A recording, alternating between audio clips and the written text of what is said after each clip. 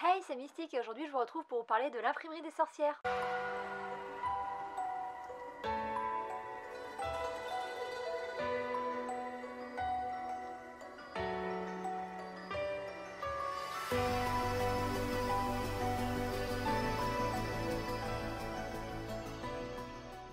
Je vous retrouve une nouvelle fois aujourd'hui pour vous présenter un chouchou couverture. Cette fois-ci, ça sera mon chouchou couverture du mois de septembre, l'imprimerie des sorcières, qui est un seinen publié chez Soleil Manga. La série a été publiée à partir de 2017 au Japon, elle est en cours avec 3 tomes. En France, elle a été publiée à partir de 2019, il y a 2 tomes de sortie et pas encore de date pour le tome 3. Les dessins sont de Miyama Yasuhiro, qui a fait quelques autres mangas, notamment des Ecchi, le scénario est de Moshinchi, et j'ai trouvé aucune information sur ce mangaka, donc je suppose que c'est peut-être son premier manga. Les tomes sont en noir et blanc avec une illustration couleur au début, ils coûtent 7,99 € et c'est tout ce que je vous dirai pour la présentation. Dans ce manga, on va suivre les aventures de Mika, une jeune otaku qui un jour, en rentrant du Comiket, pour ceux qui comme moi ne savent pas ce que c'est le Comiket, il semblerait que ça soit une convention japonaise qui réunisse des doujins. Et qu'est-ce que c'est du coup des doujins?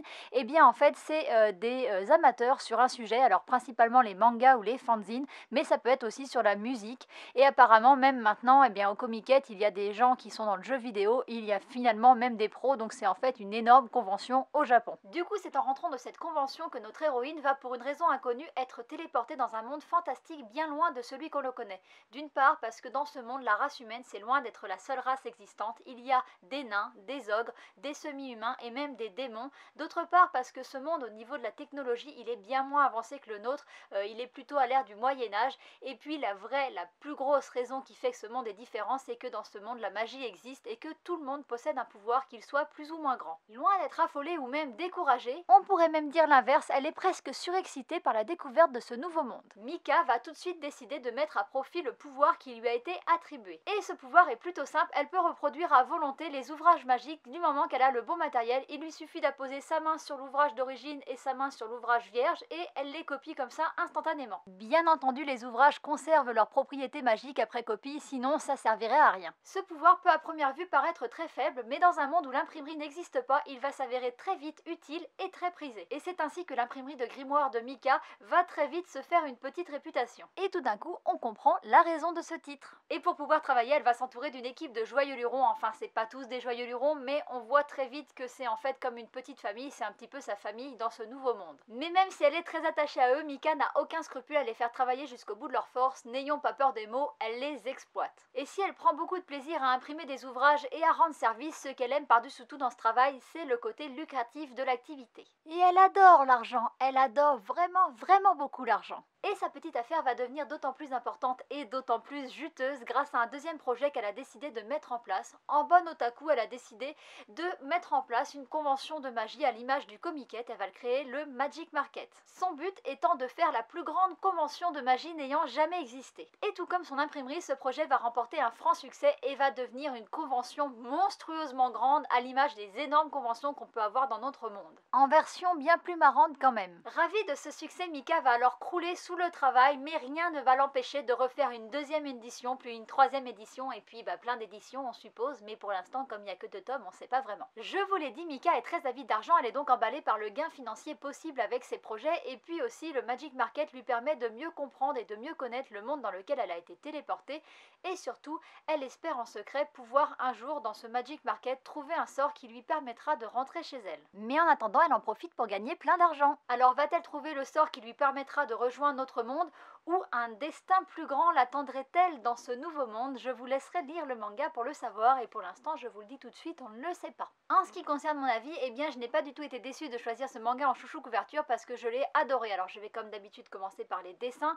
et je vais avouer que les dessins ça a été une mais alors vraiment mini déception au début, parce que en fait je m'attendais à ce qu'il y ait plus de décors et plus de belles planches, et en fait j'aurais dû me douter, parce que quand on voit la couverture, on voit en fait que c'est principalement centré sur les personnages et pas sur le décor derrière, et en fait c'est beaucoup comme ça à l'intérieur. Après il y a quand même des très belles planches et des très beaux décors, notamment les pages de chapitres qui sont vraiment très belles et très détaillées, mais il y a quand même beaucoup de moments où c'est assez simple et c'est centré sur l'histoire, mais c'est pas du tout dérangeant.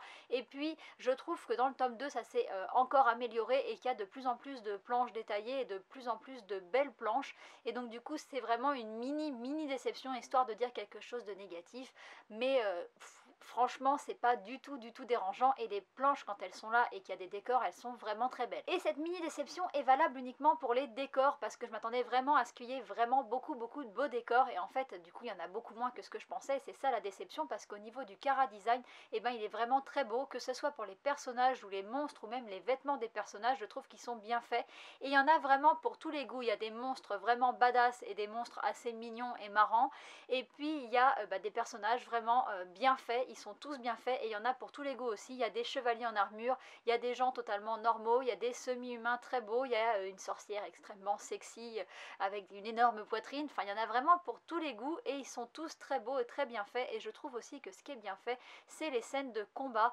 et les scènes avec la magie, par exemple l'invocation avec des runes magiques, et ben je trouve que c'est vraiment bien retranscrit sur le dessin, et du coup tout ça c'est un vrai plaisir lors de la lecture. Et d'ailleurs au niveau du chara design et surtout des vêtements, j'ai eu un gros coup de cœur pour la tenue de Mika. Je trouve qu'elle est trop bien habillée, et franchement j'adorais avoir cette petite robe qu'elle a. Je trouve que c'est vraiment trop beau, et elle est vraiment trop classe dedans, et ça lui va parfaitement avec son caractère et tout, ça représente bien le personnage. Je trouve que c'est trop bien fait, et j'adore ses fringues, j'aurais trop envie de lui piquer. Au niveau de l'histoire, je trouve que cet isekai est original et drôle, et moi c'était le premier que je lisais avec une héroïne fille. Alors je sais qu'il en existe d'autres, parce qu'il y en a qui m'en ont parlé dans les commentaires, mais j'en ai pas lu d'autres pour l'instant, et du coup j'ai trouvé que c'était vraiment bien d'avoir un point de vue qui était différent.